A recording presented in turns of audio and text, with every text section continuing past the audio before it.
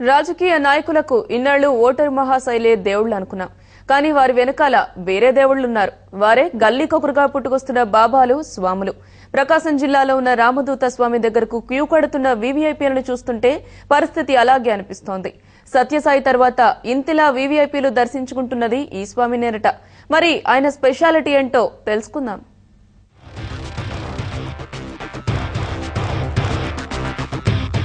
రామదూత స్వామి ప్రస్తుతం రాష్ట్రంలోని స్వాముల్లో కాస్త పేరు ప్రఖ్యాతులున్న స్వామి. ప్రకాశం జిల్లా గుడ్లూరు మండలం జాతీయ రహదారి పక్కనే ఇతగాడి ఆశ్రమం.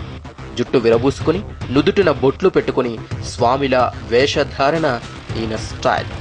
చేసేది మాత్రం భూ కబ్జాలు. అయితే ఈ రామదూత స్వామిలా వేషం వేసుకోవడమే కాదు, నిజంగానే స్వామిలా చలామణి అయిపోతున్నారు.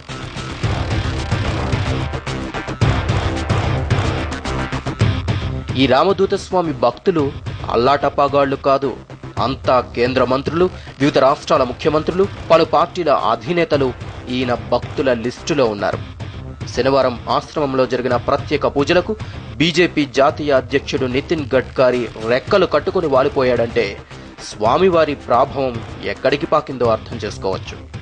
గడ్కరీ ఒక్కరే కాదు, కర్ణాటక ముఖ్యమంత్రి యడ్యూరప్ప, కేంద్ర మంత్రి మునియప్ప, జాతీయ నాయకులు మురళీ మనోహర్ జోషి, పలువురు ఐఏఎస్లు ఈ కార్యక్రమానికి హాజరయ్యారు.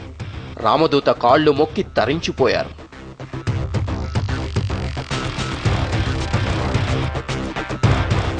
పుట్టపర్తి తర్వాత అంతలా వీవీఐపీలు వచ్చి వెళ్లే ఆశ్రమం ఇదేనంటూ జనాలలో అప్పుడే గుసగుసలు మొదలయ్యాయి. కానీ ఈ స్వామి లీలలు అన్నీ కావు. ప్రభుత్వానికి చెందిన భూములు కబ్జా చేశాడు. ఫారెస్ట్ భూముల్ని తన ఆక్రమణలోకి తీసుకున్నాడు. ఈ ఆరోపణలు నిజమేనని నిర్ధారణ చేసిన ప్రభుత్వ పెద్దలే ఇప్పుడు ఆ స్వామికి సాష్టాంగ నమస్కారం పెడుతున్నారు. స్వామివారి మీది ఆరోపణలన్నీ వారి భక్తి పారవస్యంలో కొట్టుకుపోతున్నాయి.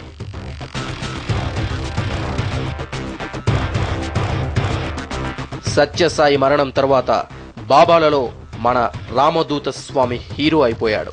అందుకే ప్రముఖులు ఆయన దగ్గరకు క్యూ కట్టారు.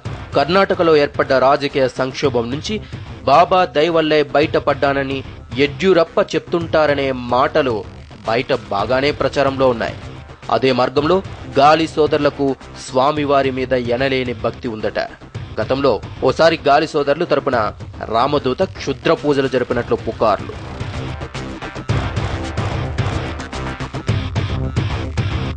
ట్రెండ్కు తగ్గట్టుగా స్వామిగారి వేషధారణ కూడా ఎంతో మోడ్రన్ లుక్తో ఉంటుంది. చెప్పేవి శ్రీరంగనీతులు, చేసేవి భూ కబ్జాలు. అయినా మన నేతలు ఈ బురిడి బాబాకు సాష్టాంగ నమస్కారాలు పెట్టనిదే నిద్రపోరు.